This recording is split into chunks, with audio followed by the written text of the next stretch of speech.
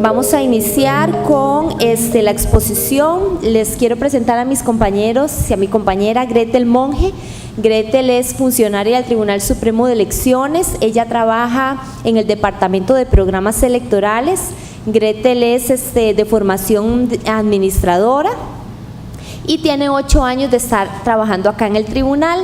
Gretel es, para este proceso electoral, la encargada del programa denominado Fiscales. Fiscales para las elecciones. Gretel va a abordar los temas sobre las funciones de los fiscales, la naturaleza de este agente electoral, así como les va a explicar algunos elementos de los procesos de acreditación. La acompaña a Gretel mi compañero Ramón Morera. Ramón es de formación criminólogo y está estudiando administración de empresas y tiene 29 años de trabajar para el Tribunal Supremo de Elecciones. Ramón asiste a Gretel en el programa electoral. Entonces, para nosotros también queríamos presentárselos, que los conozcan, porque todo en el proceso para la acreditación de fiscales, tanto generales como de juntas receptoras y de escrutinio, van a tener que comunicarse con Gretel y con Ramón. Entonces, la idea también de tenerlos hoy es no solo que expliquen el tema de capacitación, sino también que ustedes les conozcan personalmente, porque probablemente van a tener que trabajar en algunos momentos del proceso electoral con ellos y con ellas. Después del café les voy a presentar a mi compañero Juan Luis Rivera. Entonces empezamos. Gretel y Ramón, muchísimas gracias por acompañarnos en esta mañana. Gracias, Jennifer. Principalmente, gracias a don Hugo y a Jennifer por este espacio que nos han brindado el día de hoy. Bueno, bienvenidos a todos y todas. El día de hoy nosotros, ya como Jennifer lo dijo, me acompaña mi asistente Ramón Morera Gil, mi persona Gretel Monge Quesada, estamos para servirles. Quiero darles un agradecimiento a todas ustedes que están aquí el día de hoy, esta mañana, que los hicieron madrugar, igual que a nosotros, pero eso habla muy bien de ustedes. Creo que estamos todos comprometidos con el proceso electoral. El día de hoy vamos a presentar una presentación dirigida a lo que es la acreditación de fiscales. Dentro de los principales temas que vamos a abordar se encuentra la logística electoral y también lo que es normativa. Hago esta aclaración porque, como bien lo conocen la mayoría de ustedes, para el proceso electoral utilizamos un sistema informático. Sin embargo, el día de hoy no lo vamos a enfocar en esta capacitación, debido a que durante el mes de septiembre nos dieron el IFED otro espacio. Entonces va a ser en este momento donde nos enfoquemos básicamente en esta herramienta electrónica. Por lo que hoy les agradezco. ¿Trajeron código electoral? Sí. No. Los invito de verdad a poner muchísima atención. Si tienen preguntitas o dudas, las vemos al final. Y mi compañero va a iniciar con lo que es la presentación. Buenos días. A mí me corresponde hablar sobre lo que son los fiscales. Inicialmente vamos a encontrar lo que es una definición de fiscal. Fiscal es personas que están propuestas por los partidos políticos que tienen candidaturas inscritas y acreditadas ante el Tribunal Supremo de Elecciones para el proceso electoral, por supuesto, y que su labor va a ser estar en presencia de los organismos electorales para garantizar que la transparencia se dé en todo el proceso, ¿verdad? Básicamente, cuando hablamos de los fiscales y la normativa que sobre eso se refiere, nos encontramos que la normativa está en el Código Electoral, entre los artículos 210 y 217. Si tienen el código a mano, pues podrían darle una revisada. El otro, instrumento con el que contamos es el reglamento para la acreditación de fiscales, para la fiscalización de procesos electorales. Ese reglamento también, si no lo tienen a mano, lo podrían también consultar en la página web del tribunal, está a disposición de todos, tengan gusto. Va a ser la herramienta con la que vamos a tener que estar trabajando ambas partes, entonces sería bueno que lo estemos viendo. Básicamente sobre el reglamento tengo que hacer una señalización de que actualmente se está proponiendo que se haga una reforma en varios artículos, pero tal vez lo más sustancial o lo más importante se encuentra en el artículo 19, unas reformas que hay, porque la práctica de los últimos procesos electorales nos han indicado a los encargados previos que deberían hacerse unos ajustes en cuanto a lo que es el artículo 19, que hablaba sobre la sustitución de los fiscales. Usualmente ahí en ese artículo no se hace mención de un detalle en particular, que es cuando se va a hacer una sustitución de fiscales. Usualmente el partido tiene que traer el carnet, devolver el carnet de los fiscales que van a ser sustituidos. Sucede que por algunas experiencias ya vistas hay personas que se pierden el carnet por deterioro, por alguna cosa. Entonces se hace un ajuste en el artículo 19 para que si hubiese un caso como esos, el presidente del comité ejecutivo haga una nota, ¿verdad? Una nota. Ok, ahora sí, perdón. El presidente del comité ejecutivo haga una nota indicando que la razón por la cual no se puede hacer la devolución del carnet. Entonces quedaría, digamos, ese detalle subsanado ahí. Después, el artículo 22 también se hace una adición ahí. En cuanto a lo que es el artículo 22, habla del comportamiento de los fiscales en el escrutinio. Dice que se le agregó el tema de que no podrán manipular en ningún momento el material electoral de las juntas receptoras de votos, porque, digamos, a veces hay que tener un respeto con eso de la fiscalización. O sea, hay límites y a veces se han dado casos en los que los fiscales pretendían tratar de manipular, entonces se ha tratado de que se respete ese espacio. Otro artículo que está en reforma es el 23. Aquí se establece un órgano partidario facultado para suscribir las nóminas de fiscales del escrutinio, básicamente, porque en el artículo 23 no se hablaba sobre que se hablaba nada más que el partido político iba a hacer la solicitud para la acreditación de fiscales, más no se hablaba de que la acreditación de fiscales tenía que estar en manos de el presidente del comité ejecutivo, es quien hace la gestión para la solicitud. Otra reforma está en el artículo 25, en cuanto a lo que es la entrega de las credenciales. La entrega de los credenciales, se decía que era el programa de acreditación de fiscales las que hacían la entrega, y usualmente para algunos, que yo creo que sí los he visto en el escrutinio, por aquí, algún compañero de los que están hoy presentes han estado en el escrutinio, y siempre llegaban a la mesa principal, a la entrada, y ahí se les entregaba el carnet. Entonces el carnet en esta oportunidad ya, digamos, va a ser generado y expedido por los compañeros encargados del programa de escrutinio. El otro artículo que se hace una reforma es el 32, que está ligado, por así decirlo, con el artículo 19, que es en cuanto a lo que es el trámite para hacer las sustituciones, ¿verdad? Ahí se le agrega al final la última parte que ya habla de que será la gestión conforme el artículo 19 del presente reglamento. Entonces, más o menos por ahí vamos en ese sentido. En cuanto a los tipos de fiscales que tenemos, bueno, ahí en el artículo 212 en adelante, entre el 212 y el 214 del Código Electoral, se habla de cuáles son los tipos de fiscales que vamos a acreditar y que tienen los partidos políticos derecho a presentar. Inicialmente, los fiscales ante el Tribunal Supremo de Elecciones, cuando hablamos del Tribunal Supremo de Elecciones, hablamos también de las dependencias de él, ¿verdad? Entonces, los partidos políticos tendrán derecho a presentar 2 fiscales ante el tribunal, 2 fiscales ante las direcciones del registro civil y del registro electoral, 2 fiscales ante las secciones del registro civil y el departamento electoral, y también un fiscal ante las oficinas regionales. Estos fiscales generalmente casi no es muy común que se presenten, pero pues los insto a que si tienen, digamos, el interés de presentar fiscales para esta. ¿Perdón? Entiendo que mejoran la nota y al final está bien, porque tal vez más en la carpeta no hay un blocito de hojas como si no ya le traemos uno.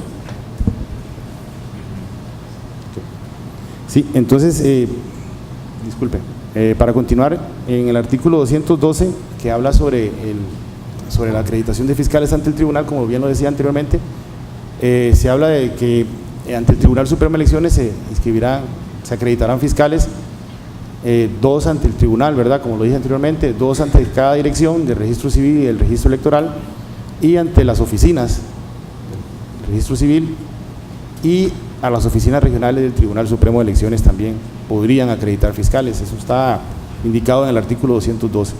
En el artículo 213 habla de la acreditación de fiscales cantonales ante las juntas cantonales. Aquí le confieren al presidente del comité ejecutivo o a la secretaría, según la escala del partido, hacer la solicitud para la acreditación de los fiscales. Usualmente estos fiscales se presentan a las sesiones de las juntas cantonales para revisar o estar pendiente de cómo van, digamos, los procedimientos que se van haciendo. También se habla en el artículo 213 de la acreditación de fiscales de juntas receptoras de votos. Los fiscales, igual, según la escala del partido, será digamos, el comité ejecutivo el que se encargue de hacer la solicitud del presidente o el secretario, de hacer la solicitud de la acreditación de los fiscales. Se van a acreditar fiscales de mesa, de junta receptora de votos, 2, uno propietario y uno suplente. Y también se presentarán solicitudes de acreditación de fiscales generales. Ahí va a ser un fiscal general según las cantidades de juntas receptoras. O sea, si para el proceso electoral hay 7.000 juntas receptoras de votos, el partido tendrá derecho, siempre y cuando se encuentre en escala, ¿verdad? Si es en escala nacional, tendrá derecho a acreditar los 7.000 fiscales generales. Ya eso queda, digamos, aparte de la logística de cada partido. Los fiscales de escrutinio, estos fiscales se encuentran en el 214, ¿verdad? Ahí se habla sobre ellos, y básicamente estos son los que van a estar presentes en la sesión ya de los señores magistrados, donde se va a conocer, digamos, la revisión de todo lo que son las juntas receptoras de votos, conforme las reglas que se manejen en el programa de escrutinio, bien, ¿verdad? Se hace el escrutinio y ellos van a estar presentes para garantizar que el proceso se está llevando a cabo de la manera más correcta y transparente, tal y como los señores magistrados lo tienen dispuesto. Bueno, aquí nada más para ampliar un poquito lo que es el reglamento, como bien lo dijo Ramón, en este momento se encuentra en reforma, por lo que está ahorita en el tribunal. Estos son propuestas de reformas al reglamento. En cuanto tengamos pues la firmeza de este reglamento, se los estaremos enviando a ustedes por medio de Jennifer o ya sea por medio de nosotros. No lo quisimos incluirlo hoy por esta razón, por eso es que no lo tienen en sus carpetas. Luego, bueno, es importante que tanto el Código Electoral como el reglamento son pues las leyes que nos vienen a regular, ¿verdad? Que este reglamento es el que nos regula y lo que son todos los procedimientos para la acreditación de fiscales. Bueno, aquí para seguir, bueno, ya Ramón les habló lo que son los diferentes tipos de fiscales y las diferencias. Aquí es importante también resaltar que, bueno, estos fiscales, bueno, también van a requerir una serie de requisitos. ¿Y cuáles son esos requisitos? Bueno, primero, ser costarricense, ser mayor de edad y estar empadronado. Pero bueno, también tienen algunos impedimentos, no pueden todos ser fiscales. ¿Cuáles son ellos? Primero, bueno, ya dijimos que, bueno, no tiene que ser extranjero. Personas a quienes les hayan suspendido el ejercicio de sus derechos políticos, ya sea por algún motivo que se les hayan suspendido. Personas a los que hayan sido nombrados previamente como otro agente electoral. ¿A qué me refiero a esto? Por ejemplo, qué sé yo, observador, que ya ha sido acreditado como observador nacional, como encargado de centro de votación, como auxiliar electoral, entre otros agentes electorales. Las personas que se encuentren bajo la prohibición que cubre a los funcionarios públicos. Aquí nos referimos específicamente al artículo 146 del Código Electoral en el segundo párrafo. Personas que se encuentren acreditadas previamente por otro partido político como fiscal de cualquier tipo, ¿verdad? Que si ya el partido X lo propuso, no podemos venir a proponer a esa persona. Personas que se encuentren en el desempeño simultáneo de los diferentes tipos de fiscal. Aquí nos encontramos, bueno, el desempeño simultáneo, ¿verdad? Que si ya propusimos a una persona como fiscal general, no podemos pensar que va a estar como fiscal general ni como fiscal cantonal. Aquí tenemos que tener bien claro esto, ¿verdad? Que si lo vamos a acreditar para un tipo, es solamente para ese. Bueno, ya hablamos de que también tienen requisitos y tienen impedimentos, pero bueno, no todo es malo. Aquí también tienen sus derechos y es lo que ustedes pues tienen que vigilar que así se cumpla. Primero que todo, bueno, solicitar el informe parcial de votos emitidos. Estos son los famosos cortes que ustedes solicitan a la Junta Receptora de Votos hasta 3 veces al día durante el proceso. Libre comunicación con todos los agentes electorales. Bueno, ya lo dijimos, la libre comunicación con los diferentes, con la Junta Receptora de Votos, con el Cuerpo Nacional de Delegados, con todos ellos. Dice, observar el desarrollo de la jornada electoral. Aquí me refiero a toda la jornada, inclusive la apertura y hasta el cierre de la votación. Y denunciar ante el Tribunal Supremo de Elecciones cualquier anomalía que adviertan. Si ustedes observan alguna anomalía, tienen el derecho a denunciarlo, ya sea en ese momento, si es en la Junta Receptora de Votos, lo pueden hacer por medio del padrón electoral en el apartado de incidencias, si es muy urgente. Después, posteriormente, lo pueden realizar ante la Dirección General del Registro Electoral o bien ante el Tribunal Supremo de Elecciones. También pueden utilizar en ese momento hasta el 800 elector. Aquí, bueno, es importante decirles que, bueno, estos derechos son exclusivamente para lo que son los fiscales de Junta Receptora de Votos y generales, ya que, como bien los vemos, son labores que estos fiscales realizan el día de la votación. Bueno, tienen algunas obligaciones también. ¿Cuáles son esas? Dice que no interferir en el desarrollo de la votación. Como bien lo dijimos, aquí a veces tenemos algunos problemitas de que con el Cuerpo Nacional de Delegados, con los asesores y los fiscales. Aquí yo creo que no se tienen que dar este tipo de situaciones si cada quien tiene definido bien sus funciones. Por eso aquí resaltamos este tipo de cosas. Si ustedes van a capacitar a sus fiscales, tienen que delimitar bien las funciones, hasta dónde pueden y hasta dónde no pueden. Aquí también, bueno, aprovecho para decirles, ¿a quién le corresponde capacitar a los fiscales? Aquí quiero que quede bien claro y que tomen nota. Les corresponde a ustedes, partidos políticos, capacitar a sus fiscales. Nosotros el día de hoy les estamos brindando esta capacitación a ustedes, pero tienen que ser ustedes quienes capaciten a estos fiscales. ¿Por medio de cuáles herramientas? Por ejemplo, el día de hoy la que les estamos dando a ustedes. Más adelante vamos a tener un video que también es como un resumen de las funciones que los fiscales tienen que realizar, el cual también les va a ayudar mucho para esa capacitación que ustedes les tienen que brindar a ellos. Bueno, ahí, Jenny, no es que ahí casi no leo, usted me ayuda. Bueno, aquí la tengo. Gracias. Disculpe, es que ahí ya me queda un poquito lejos la pantalla.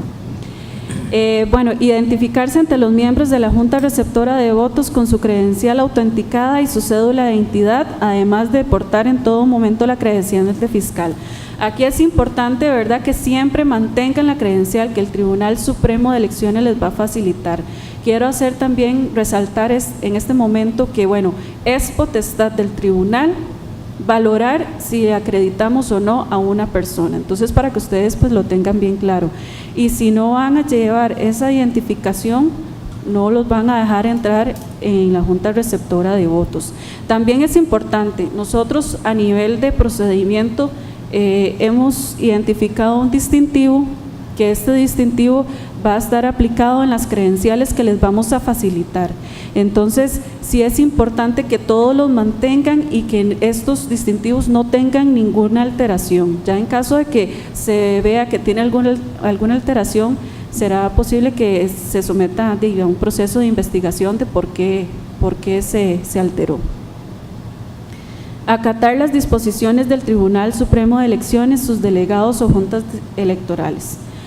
Pues bueno, como ya lo dije, puede ser los delegados del Cuerpo Nacional de Delegados o bien cualquier delegado que el Tribunal Supremo de Elecciones envíe para un objetivo en específico.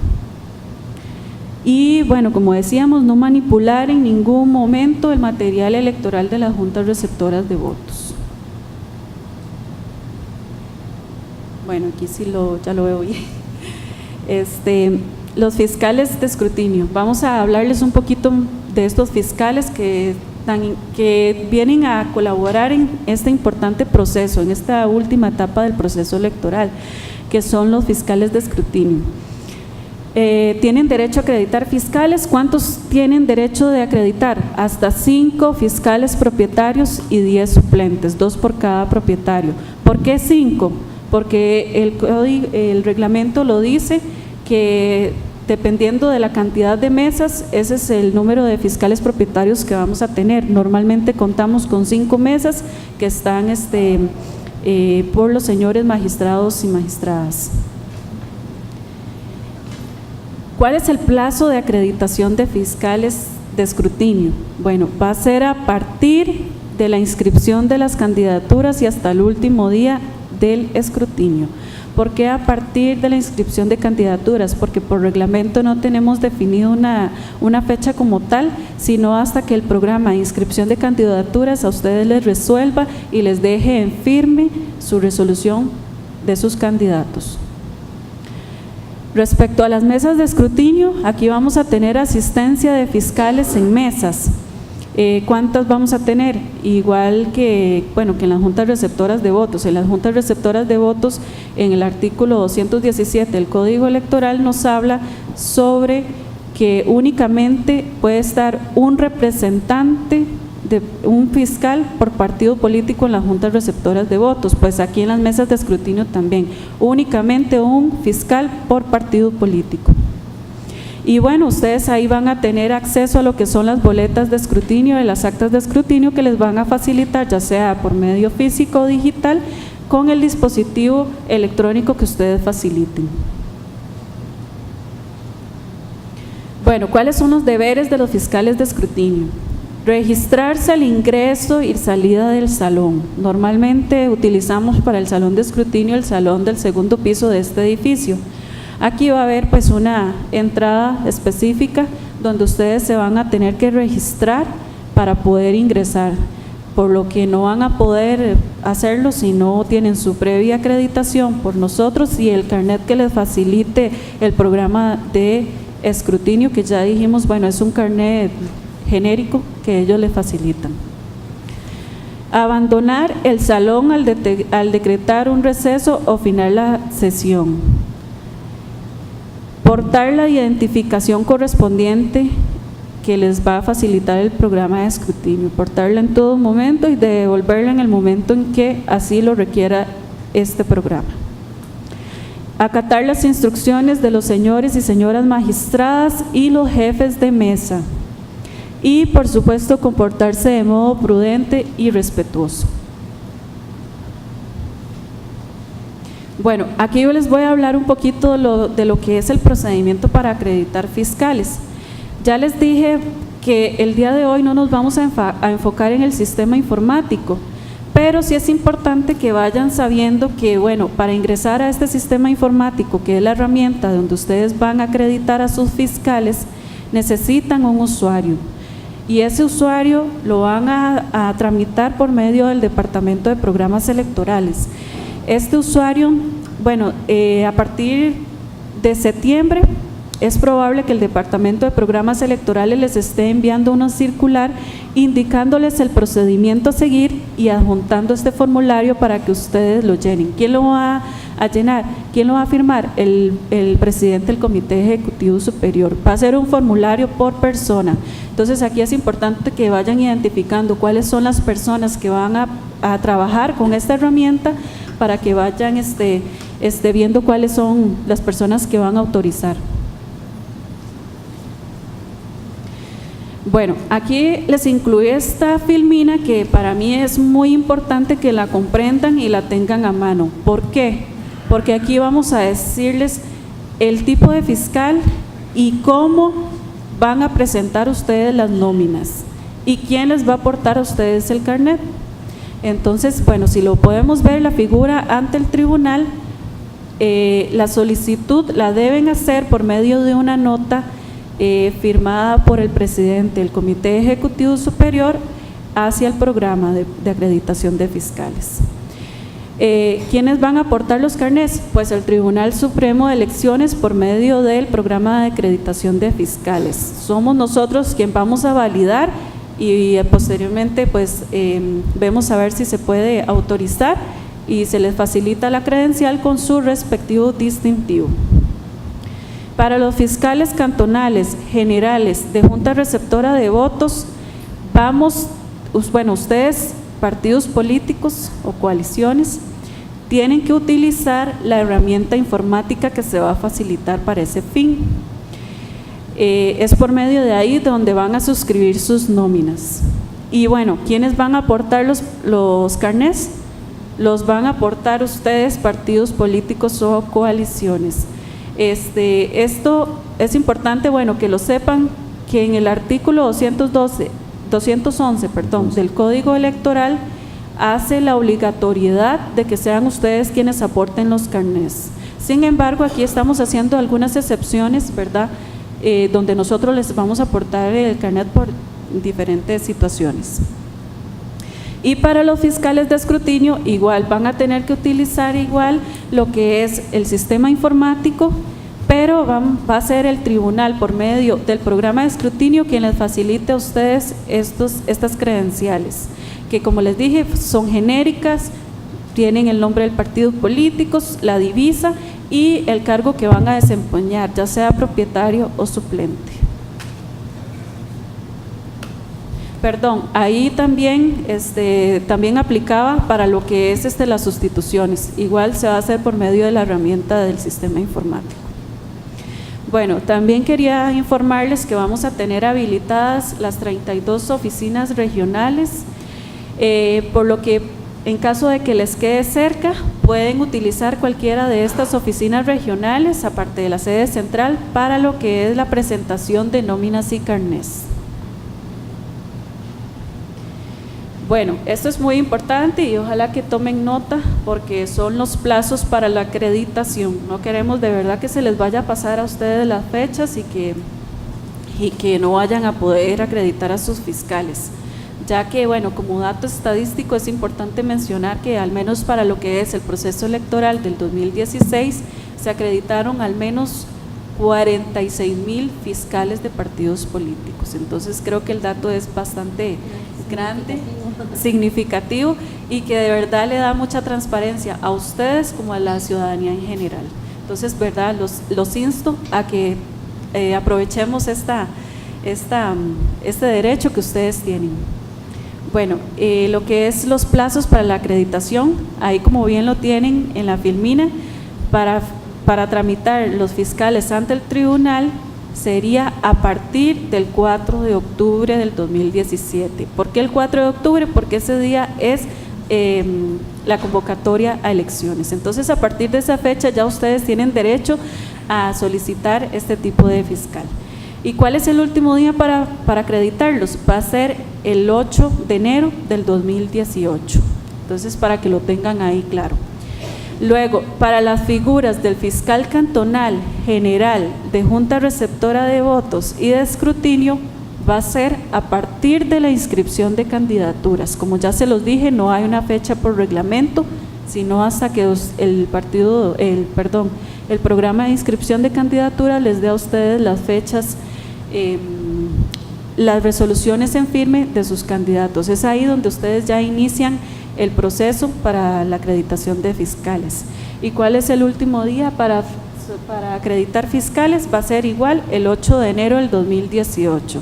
¿Por qué el 8 de enero? Porque el reglamento lo dice que hasta 20 días antes hábiles de la elección. Entonces, esa es la fecha que tenemos. Y para el caso de las sustituciones, aquí es importante, ¿verdad?, resaltar que estas sustituciones las pueden hacer de las personas que ya propusieron en caso de que estas personas no puedan por alguna razón realizar la labor para la cual se les acreditó. Entonces tienen este derecho de poder sustituirlos, pero únicamente pueden sustituir a sus fiscales, ¿verdad? No pretendamos que el partido X quiera sustituir el fiscal del partido B, no podemos hacer eso.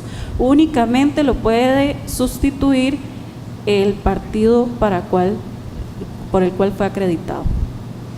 Y el plazo inicia a partir del 9 de enero del 2018, que así también lo dice el reglamento, que hasta 15 días hábiles antes de la elección.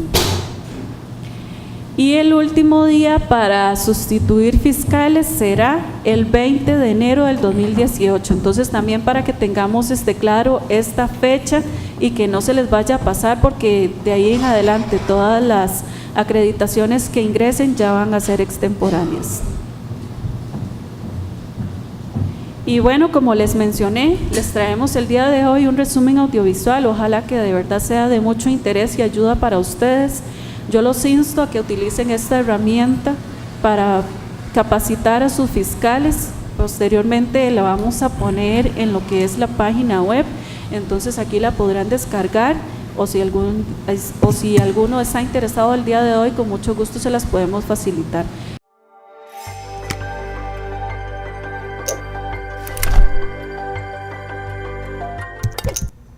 Hola, soy María José. Hola, yo soy Alejandro. En esta ocasión vamos a hablar sobre el programa de acreditación de fiscales. Como lo dice su nombre, este programa busca acreditar a los fiscales de partidos políticos o coaliciones con candidaturas inscritas para que puedan ejercer sus funciones en las diversas etapas del proceso electoral. Pero, ¿quiénes son los fiscales? Los fiscales son personas propuestas por los partidos políticos o coaliciones con candidaturas inscritas y acreditadas ante el Tribunal Supremo de Elecciones para que les representen ante las juntas electorales y así vigilar que el proceso electoral se realice con total transparencia. Existen varios tipos de fiscales: fiscal ante el Tribunal Supremo de Elecciones, fiscal cantonal, fiscal general, fiscal de junta receptora de votos y fiscal de escrutinio. Para ser fiscal, la persona interesada tiene que ser costarricense, mayor de edad y estar dentro del padrón electoral. Tome en cuenta que no podrán ser acreditadas como fiscales las personas que sean extranjeras ni las personas que hayan sido nombradas previamente como auxiliares electorales, encargadas de centros de votación, integrantes de juntas receptoras de votos u observadores nacionales. Tampoco podrán ser fiscales las personas a quienes les hayan suspendido el ejercicio de sus derechos políticos ni quienes se encuentren bajo la prohibición que cubre a los funcionarios públicos. Además, hay que tomar en cuenta que solo se puede ejercer como fiscal del partido que lo acreditó y que no se puede desempeñar los cargos de fiscal general, cantonal y de junta receptora de votos de forma simultánea. Los fiscales ante el Tribunal Supremo de Elecciones pueden fiscalizar los procesos de los organismos electorales. Al cantonal le corresponde vigilar las labores de las juntas cantonales y a los fiscales de escrutinio observar las sesiones de esta última etapa del proceso electoral. Ahora hablaremos de los fiscales generales y fiscales de junta receptora de votos. Ellos pueden observar el desarrollo de la jornada electoral, así como las condiciones en que se debe ejercer el sufragio. Además, pueden presenciar la apertura de los paquetes que contienen material electoral o incluso hacer los reclamos que juzguen pertinentes ante quienes integren las juntas receptoras de votos o ante el Tribunal Supremo de Elecciones. Durante las elecciones, los fiscales generales y de junta receptora de votos también podrán solicitar a las juntas receptoras de votos hasta 3 informes parciales de votos recibidos, estar presentes al cierre de la jornada y recibir copia de la certificación final del cómputo de votos que emite la junta receptora. También podrá tener libre comunicación con los agentes electorales y obtener colaboración de las autoridades correspondientes con el fin de facilitar el ejercicio de sus funciones. Pero conversemos también sobre las obligaciones de las personas fiscales generales y de juntas receptoras de votos. Por ejemplo, deben identificarse ante los miembros de las juntas receptoras de votos cuando eso lo soliciten, mostrando la correspondiente credencial autenticada mediante el distintivo dispuesto por la dirección y su cédula de identidad, así como también portar visiblemente y en todo momento la credencial. no interferir ni obstaculizar el desarrollo de las votaciones u otras fases del proceso electoral. Además, se deberá respetar la Constitución política, el Código Electoral y las demás leyes, reglamentos, normas, disposiciones e indicaciones emanadas del Tribunal Supremo de Elecciones, sus delegados o las juntas electorales, y no podrán intervenir directa o indirectamente en la toma de decisiones de quienes integran las juntas receptoras de votos. Es importante resaltar que las personas fiscales generales y de junta receptora de votos tienen derecho a observar el desarrollo de la jornada electoral, pero no pueden manipular en ningún momento el material electoral de las juntas, ni deben coincidir en una junta receptora de votos dos fiscales de un mismo partido político o coalición. Para más información, comuníquese con el programa de acreditación de fiscales al teléfono y correo electrónico que aparece en pantalla.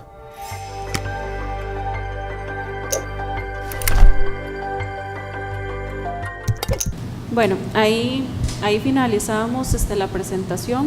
De último, lo que tenía eran los contactos, pero ustedes lo tienen en su presentación.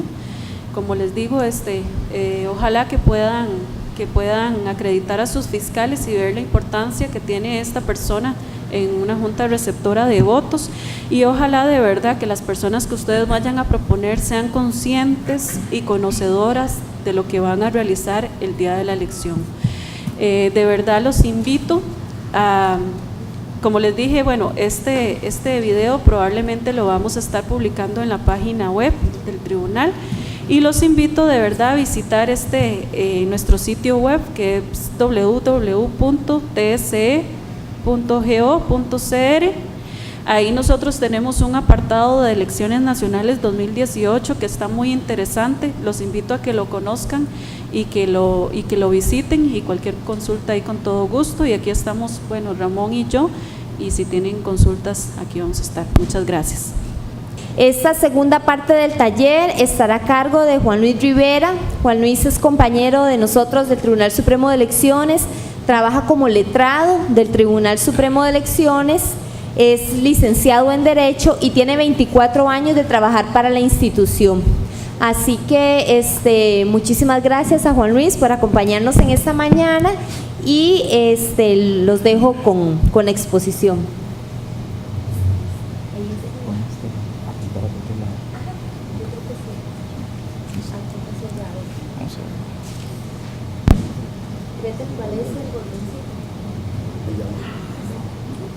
Gracias. Listo. Bueno, buenos días. Muchas gracias por el tiempo, por la oportunidad también. Agradecer al IFED por este espacio. Hablar de la justicia electoral en realidad es un tema bastante amplio, bastante extenso. Vamos a tratar de condensarlo en este tiempo que tenemos. Así es que tal vez en las filminas que tienen, voy a tratar de condensar algunas, no voy a referirme a todas, tal vez procurando referirme a los temas más complejos. Es importante tal vez indicar que uno de los mayores aportes del Código Electoral del año 2009 fue el introducir o el incorporar dentro del ordenamiento el tema de la justicia electoral. ¿Y a qué me refiero con esto? En el pasado existían básicamente 2 o 3 procedimientos regulados en el Código Electoral, y después de ahí no existía más que algunos procedimientos que había el tribunal incorporado vía jurisprudencia, y la gente pues tenía algún desconocimiento sobre cuáles institutos en realidad, o a cuáles institutos acudir frente a determinada situación. Y esto es importante porque decía el filósofo italiano Norberto Bobbio que no solo basta con garantizar los derechos de las personas, sino que tienen que establecerse instrumentos o mecanismos que les permitan ejercer o defender esos derechos. Bueno, el Código Electoral en realidad se encarga en buena medida de establecer una serie de instrumentos. Vamos a ver que eso es básicamente la justicia electoral, una serie de instrumentos o mecanismos que permiten controlar las distintas controversias que se puedan surgir a propósito del proceso electoral. Entonces, dentro de eso hay algunas particularidades en el Código Electoral, o más bien que se establecen en nuestro sistema de justicia, y es que la justicia electoral en nuestro país, la justicia electoral en nuestro país está a cargo del Tribunal Supremo de Elecciones, que tiene rango de poder de la República, y lo que se establece en esto es que el tribunal sea quien resuelva en definitiva cualquier controversia que se presente a propósito del proceso o del fenómeno electoral. Esta sentencia que emite el tribunal o este pronunciamiento que emita sobre el determinado conflicto que se suscite a propósito del proceso, en realidad tiene un carácter de cosa juzgada, es decir, lo que el tribunal resuelva no puede ser debatido, no puede ser discutido en una instancia distinta, toda vez que eso adquirió el carácter de cosa juzgada y sobre ella ya no hay posibilidad de pronunciarse o de resolverse. Dentro de esas particularidades que tiene el ordenamiento es que se establecen procedimientos que procuran regular cada una de las etapas que se presenten en un proceso electoral. ¿A qué me refiero con esto? Que hay procedimientos que permiten combatir aspectos relacionados propiamente con el funcionamiento de los partidos, propiamente con el desarrollo de los procesos electorales, incluso trasciende más allá y va incluso al tema, una vez resuelta la elección, hay procedimientos para combatir la irregularidad de los funcionarios electorales o los funcionarios que hayan sido designados en puestos de elección popular. Dentro de los institutos de la justicia electoral, ustedes verán que hay una gran variedad, hay cerca, o podemos establecer formalmente cerca de 11 institutos, 12 institutos, y podría desdoblarse incluso a más institutos, y vamos a ver a qué me refiero con esto más adelante.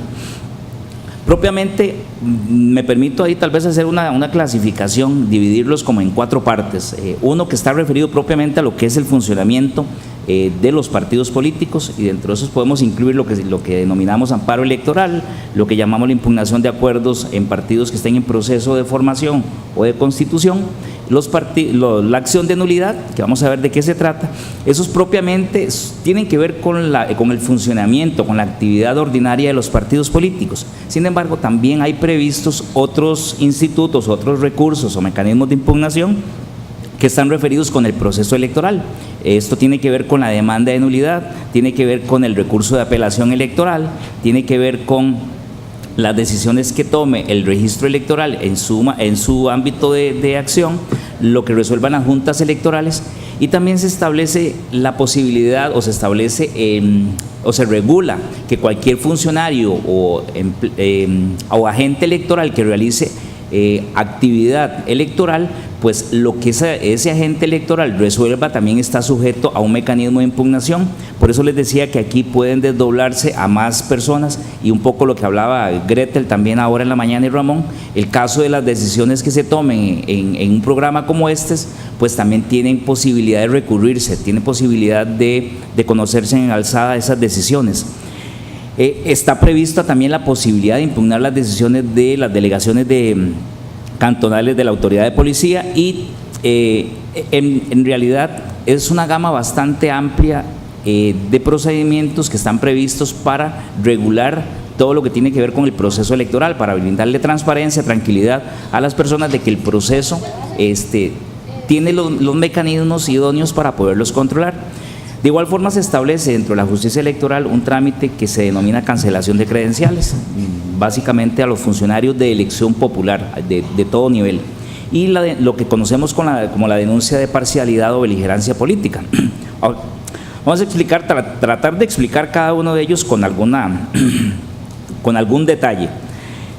Propiamente en lo que se refiere al recurso de amparo. Este recurso de amparo que está regulado en el Código Electoral a partir de los artículos 225 a 231, en su origen fue un instituto creado por jurisprudencia del tribunal ante la ausencia de un procedimiento que pudiese tutelar derechos fundamentales de las personas. El tribunal a partir del año 2000 establece este instituto. Posteriormente el Código Electoral lo recoge en el año 2009, lo incorpora en el ordenamiento, y a partir de ello se establece reglas claras, reglas más precisas sobre su funcionamiento, sobre cómo debe aplicarse este instituto. Y dentro de eso encontramos, por ejemplo, que este instituto tiene una finalidad y una naturaleza específica, es decir, no sirve para cualquier cosa, sirve básicamente para lo que dice el Código Electoral en el artículo 225, que tiene que ver con perdón, la tutela de derechos fundamentales de naturaleza electoral. Es decir, aquí lo vamos a delimitar a este ámbito, aquello relacionado, aquellas lesiones o aquellas amenazas que tiendan a tutelar o que puedan afectar derechos fundamentales van a ser tutelados a través de la figura del amparo electoral. Y aquí se establece la posibilidad de poder impugnar no solo actos concretos, sino también omisiones o actuaciones materiales de cualquier. Aquí involucramos y vamos a ver que el ámbito de acción puede ser muy amplio. Cuando digo que el ámbito de acción puede ser muy amplio, me refiero al tema de quién puede ser la persona recurrida o contra quién se dirige este instituto.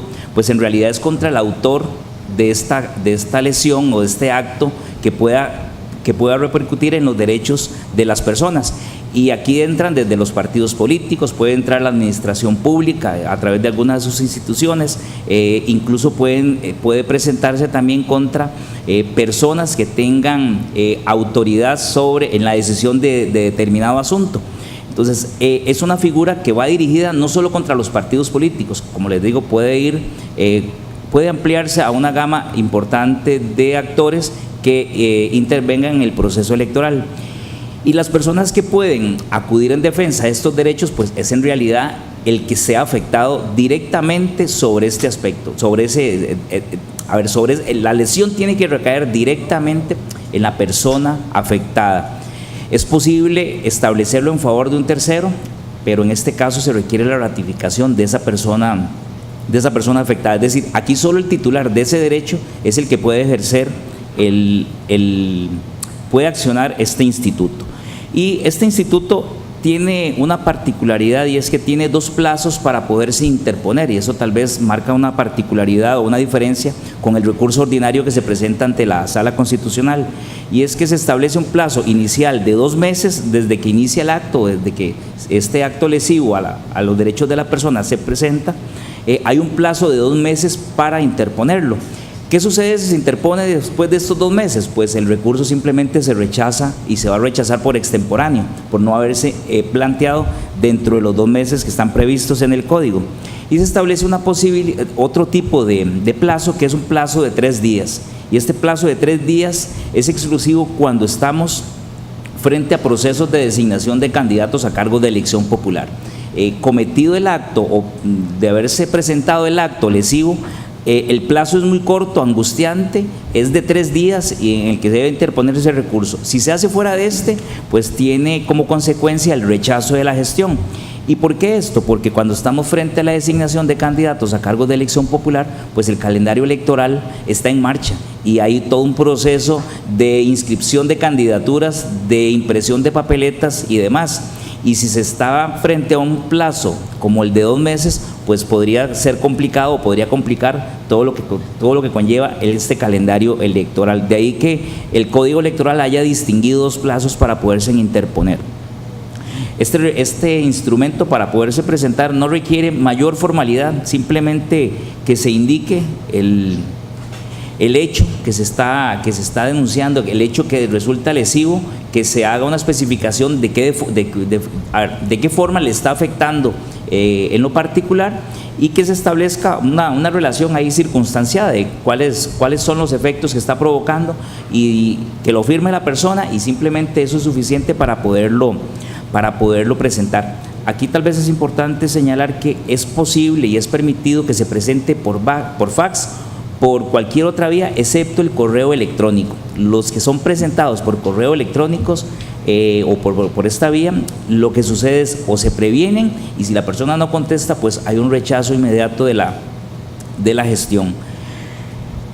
Hay una particularidad importante, y es que este mecanismo, por estar referido a la tutela de derechos fundamentales, no requiere como les decía, de mayores formalidades, y esto también exime la posibilidad de que a lo interno de los partidos políticos se han establecido mecanismos o recursos, más que todo para combatir las actuaciones partidarias. Para el caso del recurso de amparo no es necesario agotar esta vía partidaria para poder acudir a la justicia electoral. Es decir, la persona puede prescindir de acudir al trámite partidario o a la vía partidaria para poder acudir a la vía del amparo. Lo que sucede es que si acudió a la vía del amparo, al recurso de amparo, y obtiene una decisión del juez electoral en este campo, no es posible regresarse a la vía partidaria a seguir impugnando a lo interno del partido el caso que tenía pendiente. Toda vez que, como les decía al inicio, la decisión que tomó el tribunal sobre ese punto jurídico ya quedó resuelta y no puede venir a ser discutida por ninguna instancia, incluso la partidaria, aunque, como les digo, exista la posibilidad, o la persona todavía tenga habilitado la posibilidad de hacerlo dentro del partido. Hay dentro de esto la posibilidad de que, si la persona utilizó esta vía interna partidaria, ese plazo previsto de los 3 días o de los 2 meses queda en suspenso hasta que la decisión partidaria sea definitivamente resuelta. ¿Y por qué? Porque podría darse una reversión de la decisión del partido o de la autoridad recurrida, que ya no sea necesario acudir a la vía de la justicia electoral. Entonces, si la persona acudió a la vía interna partidaria, pues esto suspende cualquier tramitación en la sede electoral o en la justicia electoral hasta tanto se resuelva ese punto dentro del partido político. Hay dentro de este instituto se establece que está previsto contra las decisiones de las autoridades que se encuentren en una situación de poder, partidos políticos, como les decía, y demás. Hay una excepción, y es que el código en ese mismo artículo establece que no cabe recurso contra las decisiones que tomen los órganos electorales que intervienen en el proceso electoral, y que la gestión o el recurso que se va a presentar contra los actos de estos órganos electorales será a través del recurso de apelación electoral. El código lo establece expresamente, es decir, excluye la posibilidad de recurso frente a decisiones o frente a actuaciones de los organismos electorales. Sin embargo, en el año 2014 se presentó una particularidad, y es que el tribunal estaba frente a una situación donde lo que se acusaba era una omisión de un órgano electoral. Y al revisarse la normativa, el tribunal se percata de que no hay previsión para este tipo de decisiones. Está previsto que las actuaciones materiales o las actuaciones de los organismos electorales se iban a controlar por la vía de la apelación electoral. Pero ¿qué sucedía con las omisiones? En realidad las omisiones no estaban previstas.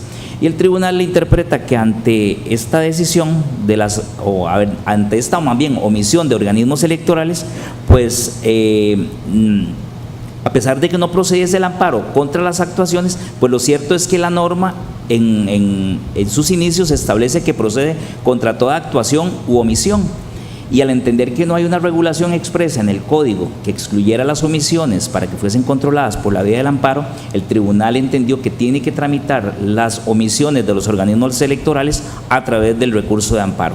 Es decir, ante la omisión de un órgano electoral en el ejercicio de su actividad, la no respuesta de alguna gestión, pues la vía idónea para poderlo impugnar es el recurso de amparo electoral, porque ahí no tienen un acto material para poder acudir en recurso de apelación. Entonces, ante esa circunstancia, el tribunal interpretó que no podía quedar una zona inmune de control, como eran las omisiones, a efecto de que los organismos electorales pudiesen también ser controlados en este tipo de actividades.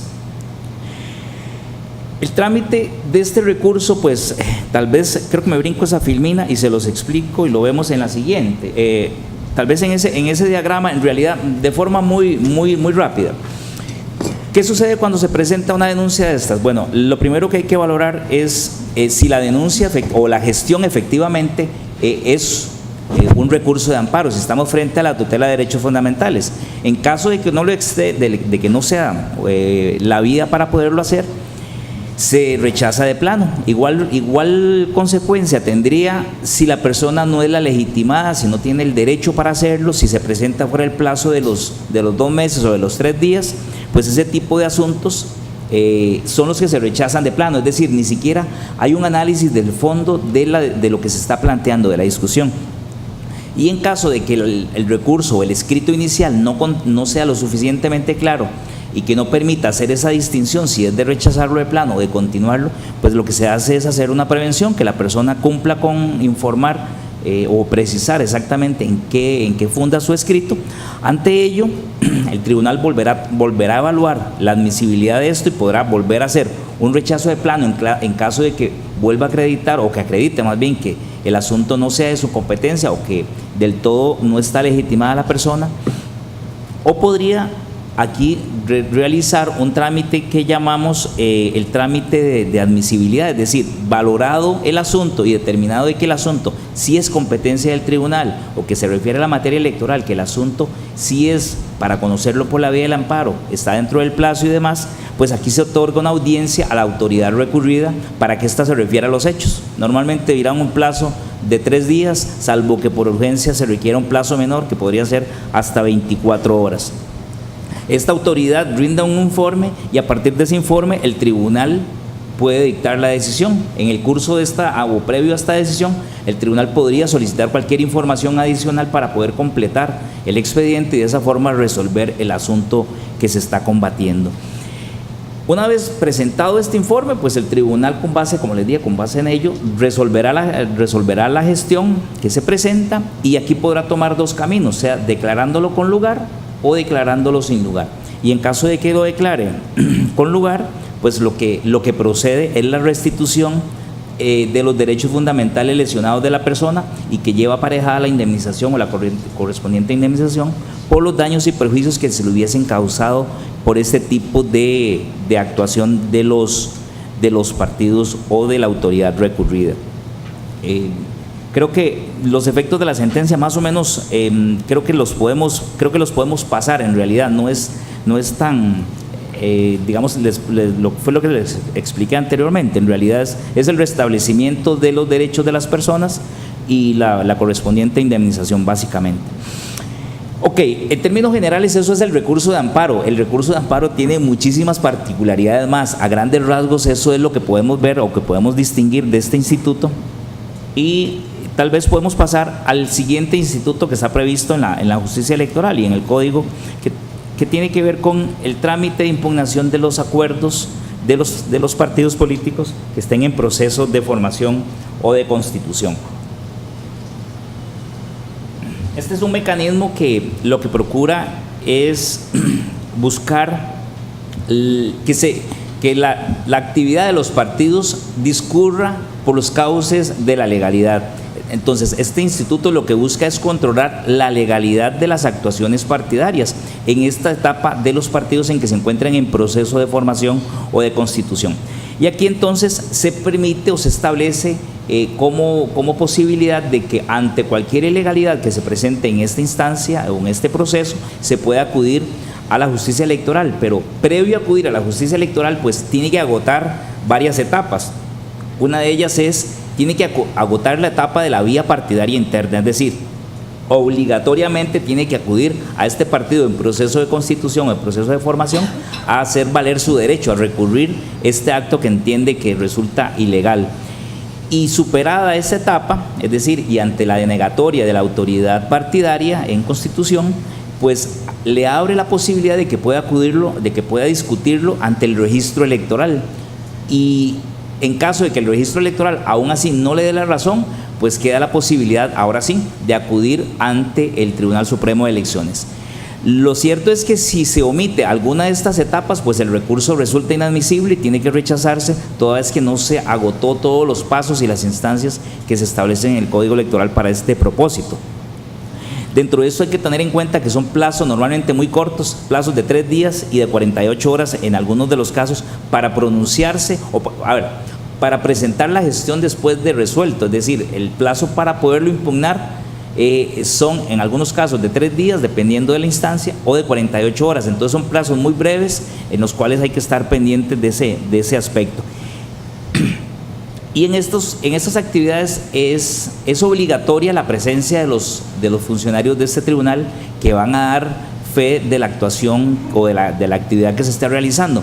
El informe que este funcionario emite constituye plena prueba dentro del proceso de discusión. Es decir, este informe va a constituir el insumo primordial sobre el cual el tribunal va a fundar su decisión, salvo que en el curso del proceso pues aparezca uno que le reste valor probatorio, pues entonces lo relevará de esa condición de plena prueba.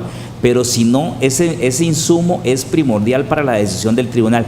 De ahí que sea obligatorio que los funcionarios de ese tribunal estén presentes en todas estas actividades partidarias, con el propósito de dar fe de lo que se esté haciendo.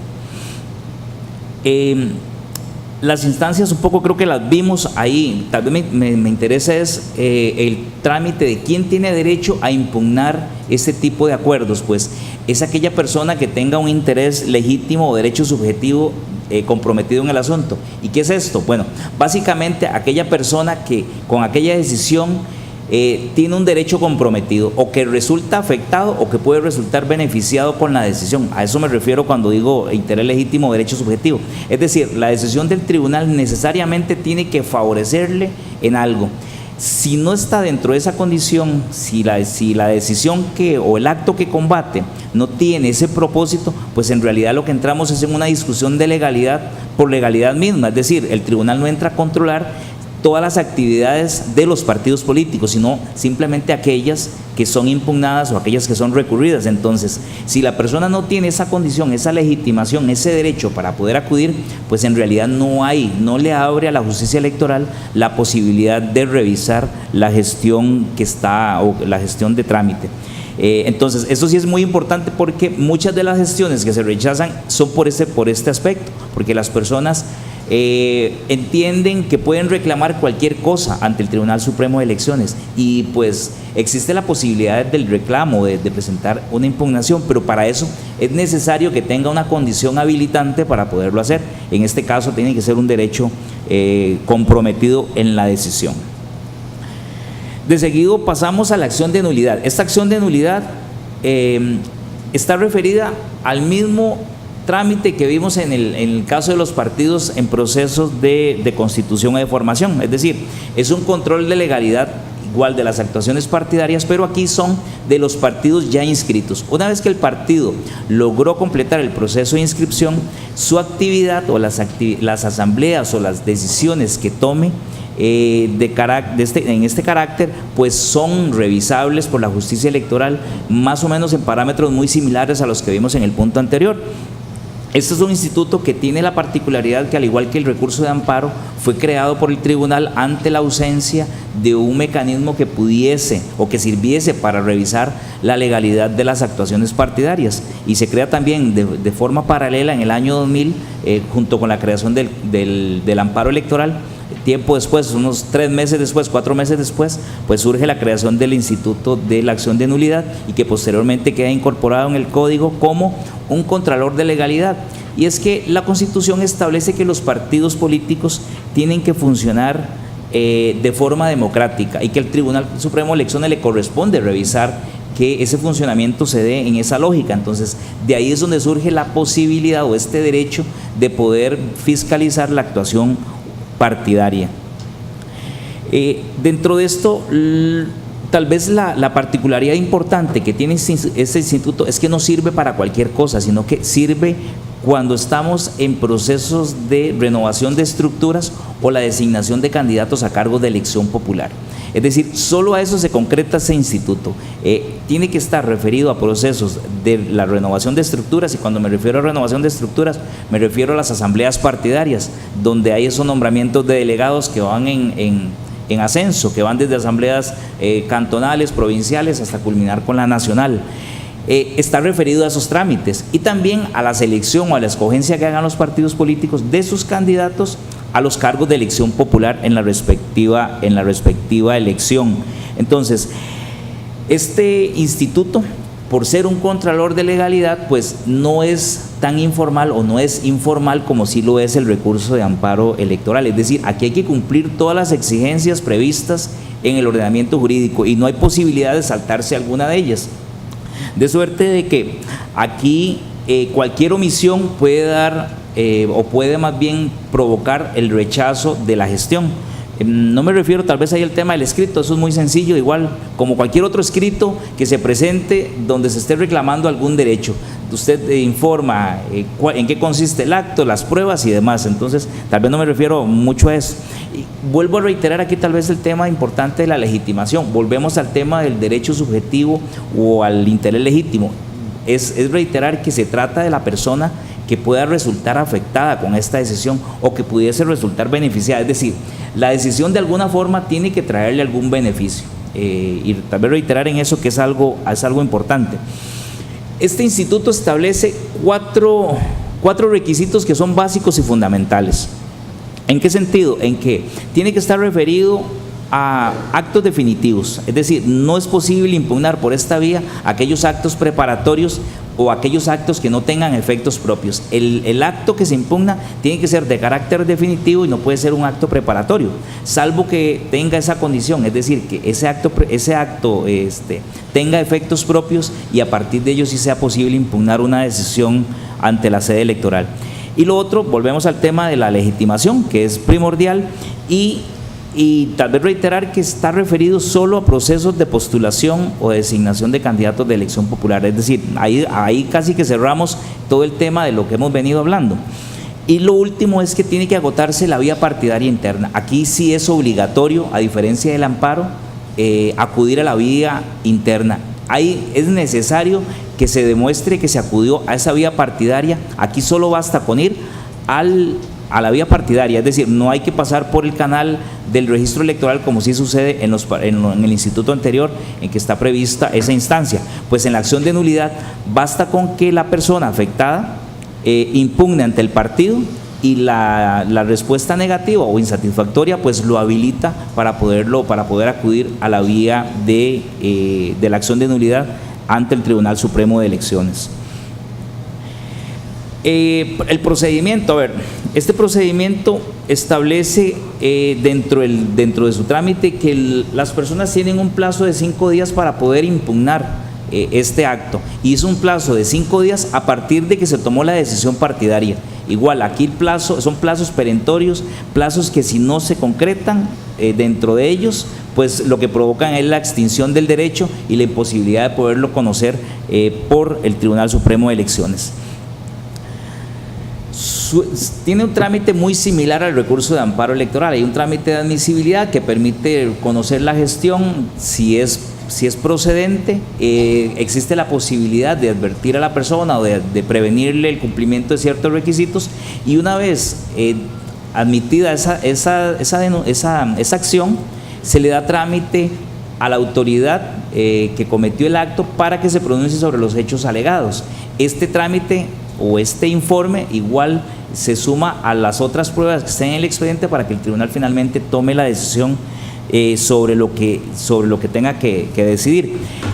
¿Y qué provoca la decisión del tribunal en caso de que tenga o que el recurso tenga razón, o que el accionante tenga razón? Pues lo que sucede es que el tribunal anula el acto partidario y vuelve lo que hace es retrotraer los efectos de ese acto partidario y volver al inicio en que se encontraba la decisión, para que el partido tenga la posibilidad de enmendar esa decisión. Dentro de esto hay un trámite interesante, y es otro instituto que el tribunal ha venido creando vía jurisprudencia ante el desarrollo de la actividad ordinaria que realiza el tribunal, y es que, como les decía, este instituto está referido a los procesos de renovación de estructuras y la designación de candidatos a cargos de elección popular. Pero ¿qué pasa con las actividades ordinarias que realiza el partido que no están referidas a estas?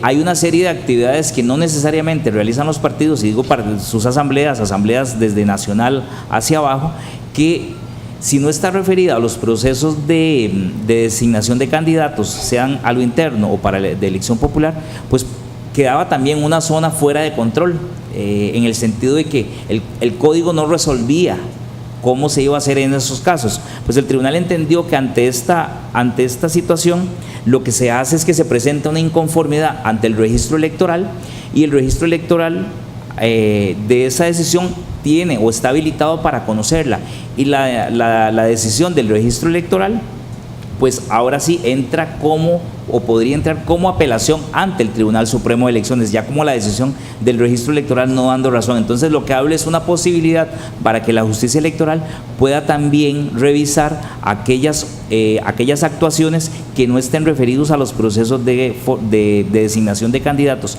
a cargos de elección popular o a la renovación de su estructura interna. Vamos muy rápido, pero es que para tratar de ver todos los institutos, en realidad hay que verlo de esa forma. Ahorita les hago quiz. Vamos a ver, dentro de esto, el Código Electoral también contempla la posibilidad de poder recurrir o poder impugnar las decisiones que se presenten contra los organismos electorales, contra todos los agentes electorales que intervienen en el proceso electoral, están sujetos a control. ¿Y por qué están sujetos a control? Pues al tribunal en la Constitución es el llamado a organizar, dirigir y vigilar todos los actos relativos al sufragio. También lo coloca como el superior o como el jerarca supremo de la administración electoral. Dentro de esa lógica, le corresponde conocer en alzada como superior todas las decisiones que emanen hacia abajo. En esa virtud o bajo esa lógica es que el recurso de apelación electoral tiene su fundamento, tiene su origen, y la decisión que adopta el tribunal aquí igual le pone fin al conflicto iniciado, sea en el proceso de inscripción de candidaturas, sea en los procesos de designación de candidatos en asambleas, que se presenten algún tipo de irregularidad, las decisiones que tomen, por ejemplo, las delegaciones de autoridad de policía. Vamos a ver que son una serie de agentes electorales que intervienen en este tipo de actividad. Y tal vez ahí pueden ver que se enlistan, hay, 5 o 6 tal vez, órganos que son sujetos o que están sujetos a este control del tribunal, y dentro de ellos está la Dirección General del Registro Electoral y Financiamiento de Partidos Políticos. Todos los actos que ellos emiten, sea en el proceso de inscripción de candidaturas, sea en el tema de financiamiento electoral, en cualquiera de sus ámbitos, pues está sujeto a control por medio del recurso de apelación ante el Tribunal Supremo de Elecciones.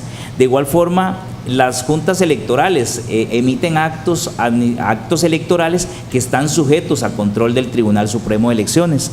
En este caso también hay un funcionario que el tribunal designa como un programa electoral para la autorización de lo que son actividades en lugares públicos.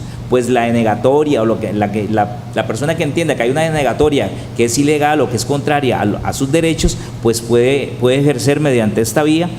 Se establecen las delegaciones de policía. ¿Y qué papel cumplen las delegaciones de policía en el proceso electoral? Bueno, son las encargadas de autorizar los clubes políticos o las casas bases, esas que vemos con rótulos y con rotulación y demás. Pues las autoridades de policía de cada cantón son las autorizadas para poder emitir ese acto que valida la apertura de un local de estos.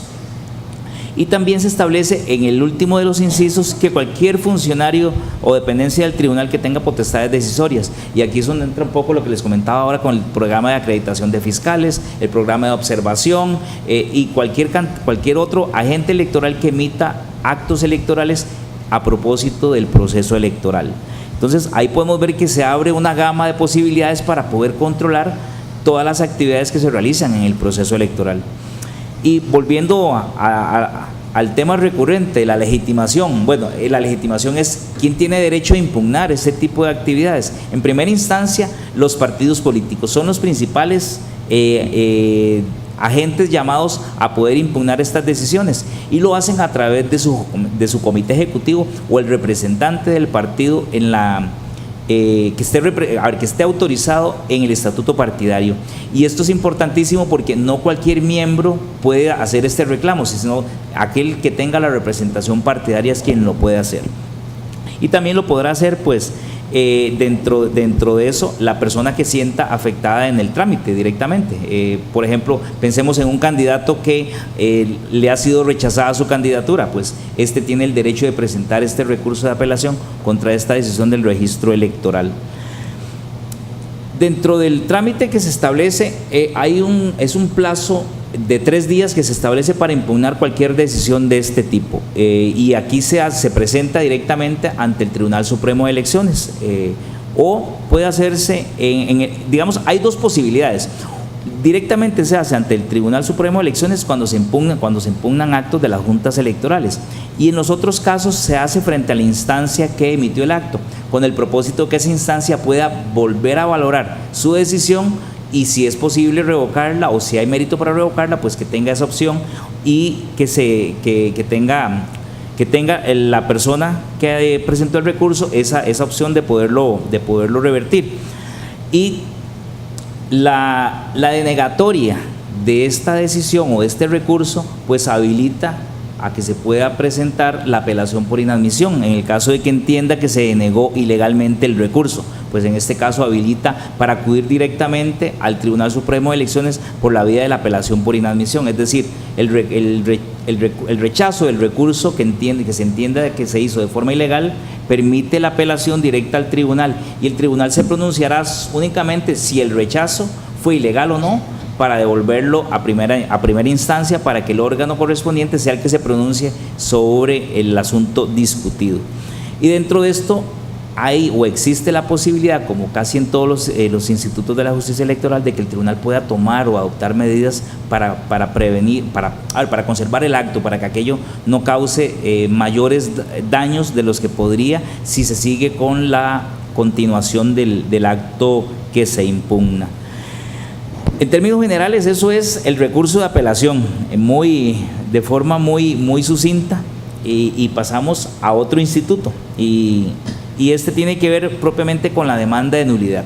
Y aquí tal vez dejamos todo lo que tiene que ver con el tema de las actuaciones partidarias y demás, y nos enfocamos propiamente a lo que tiene que ver con el proceso del recuento de votos, o el conteo, el escrutinio más bien, que hace el Tribunal Supremo de Elecciones, en este caso, o las juntas receptoras de votos. Este instituto lo que permite es impugnar la validez de los actos que estén relacionados con la elección o el resultado de la elección. Y el código establece en el artículo 246 una serie de actos que pueden impugnarse en el proceso electoral. Y aquí se puede impugnar desde las actuaciones de las juntas partidarias, desde las actuaciones que se presentan en las mesas de escrutinio. Este tipo de cosas es posible impugnarlos a través de la acción de nulidad. Y se establece que este tipo de actos puede ser impugnado si se trata de hechos ocurridos en el día de la elección. Lo puede impugnar cualquier persona que haya votado ese día. Es decir, el requisito es que haya votado en la elección para poder impugnar o para poder solicitar la nulidad de un acto presentado en el proceso electoral. Y si es en el proceso de escrutinio, pues la competencia la tiene, o el derecho lo tienen los partidos políticos a través de sus representantes. Entonces, en estos casos se establecen una serie de actos que son los que se podrían anular, y el Código Electoral ahí los establece. Tal vez les dejo simplemente la filmina para propósitos informativos, pero en el Código está explicado cuáles son los actos que son susceptibles de ser impugnados, y ellos lo que permiten es anular el acto como tal y sin tomarlo en cuenta para efectos del cómputo de la elección.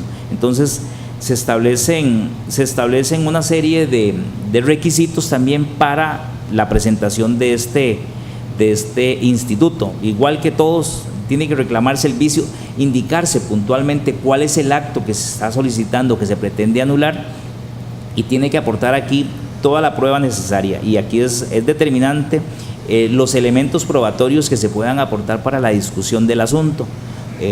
Dentro de esto se establece un plazo para poder impugnar o para poder solicitar la nulidad, que es un plazo de 3 días en el caso de si son por hechos ocurridos el día de la elección. A partir del momento del día de la elección son 3 días para hacerlo, y si se trata de actos ocurridos en el proceso de escrutinio, pues será a partir del momento en que se escrutó el respectivo material que iniciará el plazo de los 3 días para hacerlo.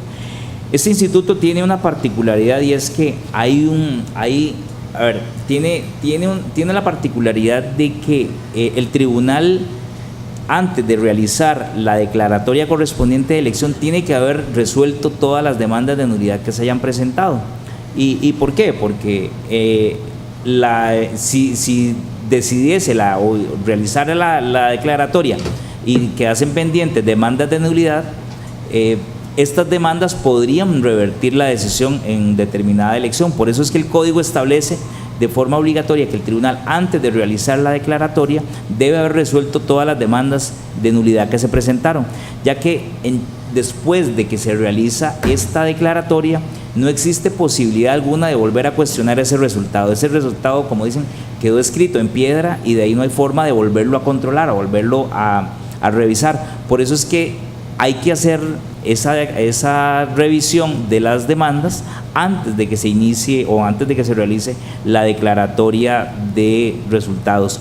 Y eso tiene importancia porque en caso de que se haya escogido un candidato que no reuniese requisitos, pues la posibilidad para haberlo solicitado fue con esta demanda de nulidad. Ya posterior a ello no es posible volver a cuestionar la aptitud legal de esa persona por esos mismos hechos. Es decir, si por alguna razón la persona no cumplía con requisitos para postularse y no se advirtió en el momento antes de hacer la declaratoria, pues lo cierto es que ya después no hay posibilidad de revertir la decisión que se tomó designando a esa persona como funcionario de elección popular.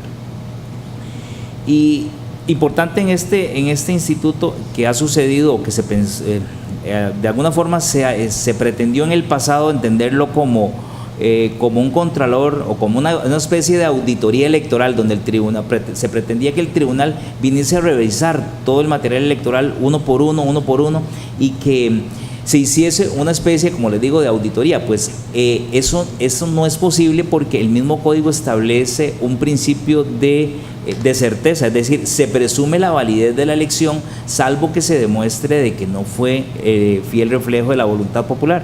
Entonces, ante esa presunción de certeza, la forma de desvirtuarla o desacreditarla es mediante prueba idónea que así lo haga. Pero no es posible que se habilite o que se utilice como un instrumento genérico donde se le solicite al tribunal realizar un trámite de auditoría o un trámite de recuento exhaustivo o minucioso del material electoral, ya que ese instituto no sirve para preconstituir o para conformar prueba a propósito de discutir en la decisión final. Es decir, no se vale aquello de decirle al tribunal que me pareció que en aquella junta se presentó tal situación. Aquí hay que precisar cuál es el vicio o cuáles son los hechos que se presentaron que permiten o que sustentan la nulidad de la mesa como tal. Dentro de este instituto es importante aclarar que una vez completado una vez concretada la elección, como les decía, no es posible volver a revisar nada sobre el tema de la elección. La elección quedó definida y el momento para poder discutir cualquier aspecto relacionado con la validez de esa elección, como les digo, precluyó y ahí acabó la posibilidad de hacerlo. Ok, vamos a adelantar un poco ahora con el tema de cancelación de credenciales de funcionarios de elección popular. Por eso al inicio les decía que los institutos de la justicia electoral están conformados más o menos en un orden lógico, para las actuaciones partidarias, las actuaciones del proceso electoral, pero también se encarga de regular aquellos aspectos ocurridos después del proceso electoral, y eso tiene que ver con el tema de la cancelación de las credenciales de los funcionarios de elección popular. Y cuando nos referimos a cancelación de credenciales de funcionarios de elección popular, pues es en realidad el retiro de la condición de funcionario de elección popular que tiene, el retiro de la condición de diputado, de regidor, de alcalde, de concejal. Ese trámite es un trámite que está inserto dentro de la justicia electoral y que le corresponde al tribunal realizarlo de acuerdo con lo que establecen los artículos 9, 99 y 102, inciso 3 de la Constitución.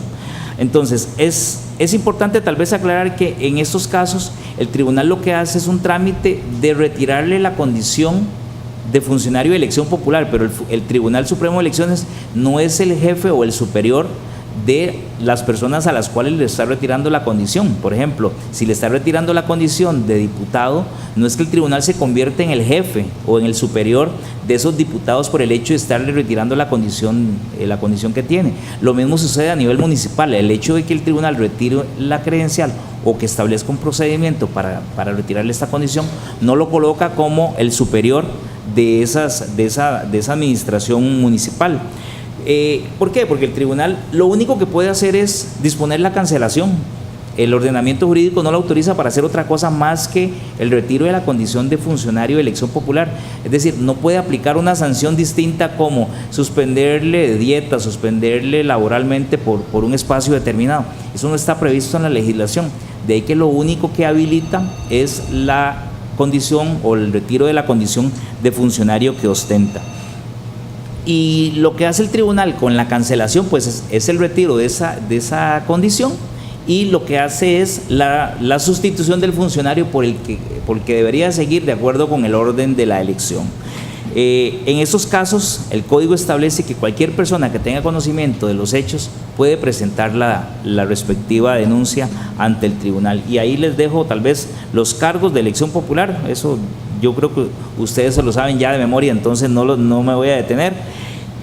Y en la filmina siguiente lo que están son, para los cargos municipales, algunos de las causales que se establecen en el Código Municipal para el retiro de esa condición, desde la renuncia, ausencia, perder algún requisito, asuntos vinculados con infracciones a las normas de control y fiscalización de la hacienda pública, lo que tiene que ver con la ley de zona marítimo terrestre, principalmente en las municipalidades que tienen a su cargo la administración de la zona marítimo terrestre, y también últimamente incorporado el tema del acoso sexual.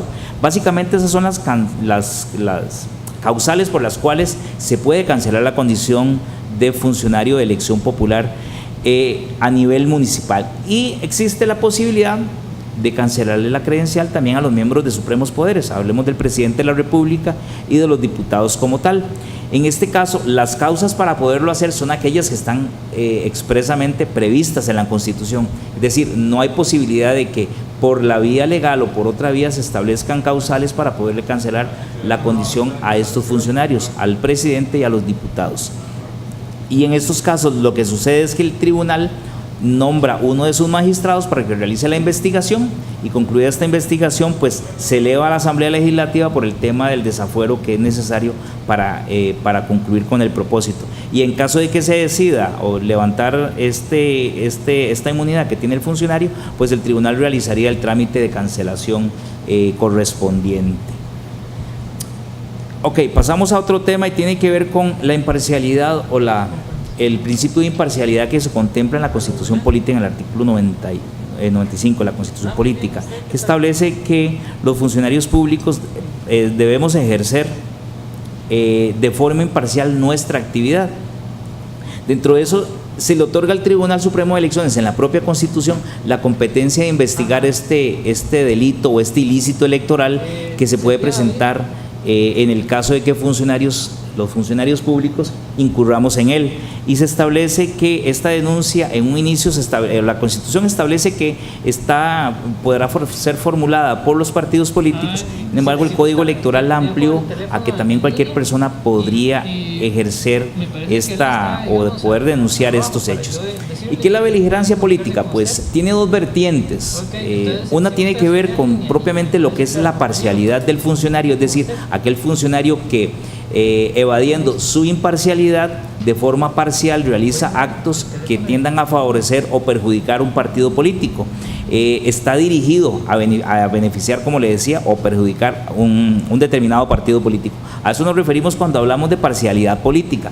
Y la otra vertiente tiene que ver con el tema de la participación política. Y es que el código también prohíbe a los funcionarios públicos participar en determinadas actividades de los partidos políticos. Entonces, se incurre en el delito o en el ilícito de beligerancia por parcialidad o por participación política.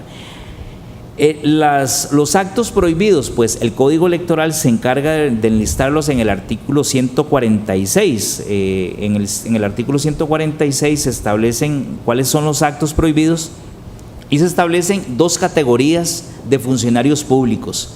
En un primer párrafo se establece una categoría donde enlista a todos los funcionarios públicos, les establece una prohibición de realizar en horas laborales o utilizar su cargo para actividades políticas, es decir, en la jornada laboral, lo que implica que fuera de la jornada laboral, sea por vacaciones, sea por incapacidad, sea por cualquier otro tipo de hecho que no esté que no sea propio de la jornada laboral está fuera de esta prohibición. Entonces, solo dentro de la jornada laboral para todos los funcionarios públicos.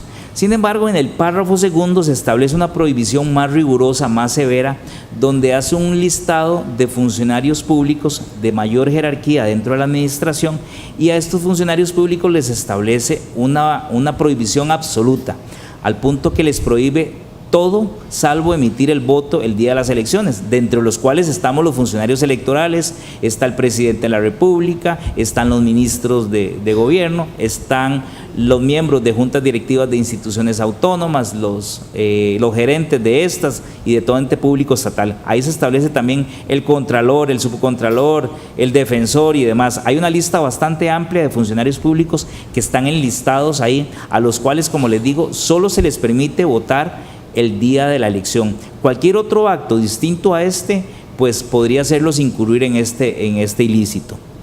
Y se establece también que leyes especiales pueden venir a incluir funcionarios dentro de este ámbito. Y leyes especiales, por ejemplo, la ley de control interno vino a incluir a los auditores internos dentro de esta lista. Les establece una prohibición absoluta en su ley interna. A ver, dentro de los requisitos para poder presentar una denuncia de este tipo, como cualquier otra, una denuncia o un escrito donde se establezca una relación circunstanciada de hechos, se establezcan la condición o el cargo que tiene la persona, quién es esa persona o ese funcionario público y los hechos que se le atribuyen, y aportar la prueba que estime conveniente. Y les hablaba ya prácticamente, bueno, al inicio les hablaba de la legitimación, quiénes podían hacerlo. ¿Qué sucede con este procedimiento? Pues es un procedimiento en el cual el tribunal hace una valoración previa de la admisibilidad, es decir, no todos los actos que se denuncian son actos prohibidos. Suele suceder que se denuncian, por ejemplo, actos de funcionarios que tienen una prohibición genérica, pero que lo realizan un sábado o un domingo. Ese tipo de conducta no están prohibidas si el funcionario no está inserto dentro de la prohibición absoluta, lo que implica que puede manifestarse políticamente fuera de esa jornada laboral. Entonces, permite hacer rechazos de ese tipo de denuncias que sean manifiestamente improcedentes. También permite, en caso de duda, investigar preliminarmente los hechos, es decir, si la información que suministra el denunciante no es tan clara o no es tan contundente como para iniciar un proceso ya de formulación de cargos, pues lo que sucede es que se hace una investigación preliminar, y esta investigación preliminar la realiza la Inspección Electoral. Este informe se le remite a la sección especializada del Tribunal Supremo de Elecciones, quien es la que se pronuncia en primera instancia sobre este ilícito. Y en caso de que exista inconformidad sobre la decisión del Tribunal Supremo de Elecciones a través de esta sección especializada, pues permite o habilita, mediante el recurso de reconsideración, presentarlo al Pleno del Tribunal Supremo de Elecciones para que ahora sí analice el caso ya el Pleno del Tribunal. Este recurso deberá interponerse dentro del plazo de 8 días para que pueda conocerlo el Tribunal Supremo de Elecciones. Dentro del procedimiento, a ver, realizado el procedimiento y establecida la responsabilidad del funcionario, se establecen 2 tipos de consecuencia, al menos podría venir otra, y una inmediata, que es la destitución del cargo. La decisión del tribunal, o si el tribunal estima que el funcionario público es responsable por los hechos que se le atribuyen, pues lleva implícita la destitución del cargo, y paralelo a ello, como sanción accesoria, lleva la inhabilitación para ejercer cargos públicos por un periodo que irá de los 2 a los 4 años, para que ese funcionario pueda ejercer o pueda trabajar dentro de la administración pública en cualquier cargo de la administración. Le está prohibido durante ese periodo que irá de 2 a 4 años según lo establezca el tribunal en la decisión. Y también podría implicar sanciones de otro tipo, de orden civil o de orden penal, en caso de que ello lleve involucrado otro tipo de delitos, por ejemplo, no sé si se trató de algún tipo de peculado y demás, ese tipo de actividad. Pues eso también lleva a que puedan existir otro tipo de responsabilidades. Y creo que en el tiempo, Jenny, he concluido. En realidad, solo para reiterar, estos institutos Eso es una forma muy descriptiva de verlos en realidad, pero cada uno de ellos lleva una complejidad bastante amplia y cada uno tiene particularidades de verdad que los distinguen el uno del otro, que hay que tenerlas claras. Eso es una referencia de verdad muy rápida, muy descriptiva, pero en la página del tribunal pueden encontrar una sección donde hay jurisprudencia sobre temas específicos, pueden ubicarla y ahí pueden encontrar o pueden ahondar. También en la revista de Derecho Electoral nuestra hay una sección de artículos donde usted puede encontrar temas específicos sobre el tema de la justicia electoral. Hay temas sobre el recurso de amparo, artículos completos sobre el recurso de amparo, sobre propiamente la justicia electoral. Entonces, ahí pueden encontrar mayor amplitud si les interesa profundizar en estos temas. De verdad, muchas gracias por el tiempo y al IFED también por la oportunidad.